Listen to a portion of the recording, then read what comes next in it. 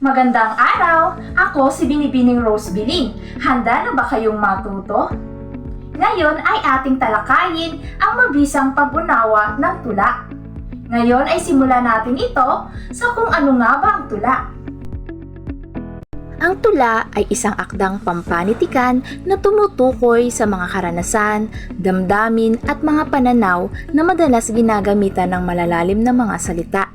Mayroon itong mga sangkap katulad ng sukat, tugma, kariktan, talinghaga at tayutay. Ang isang tula ay hindi madaling maunawaan, lalong-lalo na kapag puno ito ng malalalim na salita at simbolismo. Kaya naman, hayaan niyong bigyan ko kayo ng mga hakbang sa mabisang pag-unawa ng tula. Huwag kalimutan ang makinig at isa-isip ang inyong aral na matututunan. Hindi maipagkakaila ang husay ng isang tula sa paghahatid ng mga emosyon o mensahe sa pamamagitan ng mga makukulay na salita at imahe. Ito'y isang anyo ng panitikan na mayroong sinusunod na sukat at tugma o maaari rin naman itong malaya at binubuo ito ng mga matatalinghagang pahayag. Sa pamamagitan ng tula, hinahamon nito ang ating pag-unawa na siyang nagpapatalas ng ating isipan.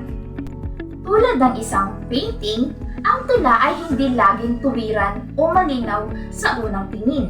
Kaya't minsan, kailangan natin ng tamang pagtingin at tamang proseso para ito'y lubusang maunawaan. Alam kong marami sa inyo ang nahihirapan sa pag-unawa ng mga tula, hindi ba? Ngayon, sigurado akong napansin mo na madalas ay may mga malalalim na salita ang mga tula na siyang nagpapahirap upang maunawaan ito. Paano natin sila mauunawaan? Huwag kayong mag-alala, narito ang ilan pang mga tips. Una, basahin ng paulit-ulit. Ang pag-unawa sa isang tula ay hindi nakakuha sa pagbabasa ng isang upuan lamang. Kinakailangan na ito ay basahin ng paulit-ulit upang mas lalo itong maunawaan. Pangalawa, alamin ang malalim na kahulugan ng isang akda. Ang isang tula ay mayroong mga malalalim na kahulugan ng salita.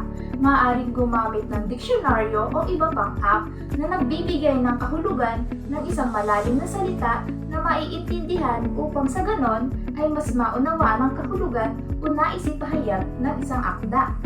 Pangatlo, ginangin agad ang imahinasyon na ipinapahayag sa tula. Sa tula ay lagi itong may nilalarawan sa kanyang mga pahayag sa bawat taludtod nito.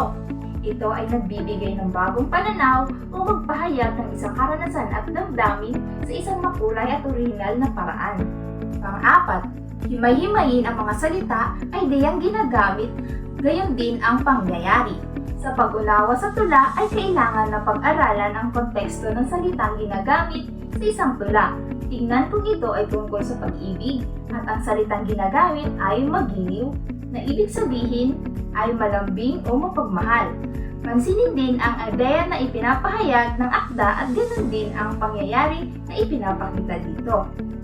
Panglima, pagkilala sa mga tayutay. Ang mga tayutay o figure of speech tulad ng metaphor, pagpapalitawag, simile, paghahambing, at personification, pagbibigay buhay sa bagay, ay kadalasang nagpapalalim sa kahulugan ng mga salita. Halimbawa, sa isang tula ni Jose Garcia Villa, ang iyong mga mata ay parang 2 buwan. Maaring hindi ito literal na ibig sabihin, kundi isang paghahambing ng kagandahan ng mata ng pinipiti. Mayroon din tayong iba't ibang uri ng tula at mahalagang malaman ang mga uri ng tula na ito at ang estilo ng makata. Ang mga uri ng tula na ito ay maaaring Tulang pasalaysay. Ipinapahayag ng uring ito ng tula ang mga pangyayari o mga karanasan ng isang tauhan. Maaaring mabakas dito ang kabayanihan at nagawa para sa isang lugar o sitwasyon. Tulang pangdamdamin o liriko. Ito ay nagpapahayag ng damdamin ng makata tulad ng pag-ibig, lungkot, galit at pag-asa.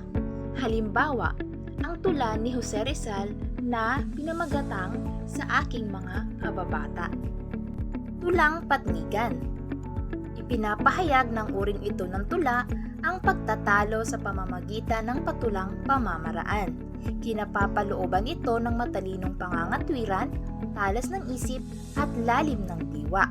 Samantalang sa tulang padula, ipinapahayag ng uring ito ng tula ang padulang pamamaraan na patula ang mga usapan o dialogo. Narito naman ang halimbawa at pag-aanalisa ng tula. Magbigay tayo ng ilang halimbawa ng tula. Basahin natin ang isang linya mula sa tula ni Balagtas. Ang hindi marunong lumingon sa pinagmulan ay hindi makakarating sa paroroonan. Ano ang nais iparating ng linyang ito ng tula? Kung ating papansinin sa unang tingin, ito'y parang isang simpleng payo lamang. Pero kung ating iisipin ng mas malalim, sinasabi ng Makata na ang taong hindi marunong magpasalamat o magbalik loob sa kanilang mga ugat at pinagmulan ay mahihirapang magtagumpay sapagkat ang ibig sabihin ng paroroonan dito ay hindi lamang basta lugar kundi ang tagumpay na ating pinapangarap. Sa pag-unawa ng tula, mahalaga ang pasensya, pagmumuni-muni at ang pagkakaroon ng isang bukas na isipan. Hindi lahat ng tula ay madaling maintindihan agad. Ngunit sa pamamagitan ng mga hakbang na tinalakay natin, maaari mong mas mapadali at mas mapalalim ang iyong pag-unawa. Gamitin ang mga tips at patuloy na magbasa ng mga tula. Malalaman mo na lang, bawat tula ay isang daan patungo sa mas malalim na pagkaunawa sa buhay at sa ating mga damdamin. Ngunit, bago tayo magtapos, naririto ang isang paalala. Ang pag-unawa sa tula ay isang personal na karanasan. Ang bawat mambabasa ay may sariling interpretasyon batay sa kanyang mga karanasan at pananaw. Salamat sa panonood at sana'y nakatulong sa inyo ang video na ito sa pag-unawa ng tula. Hanggang sa muli, paalam!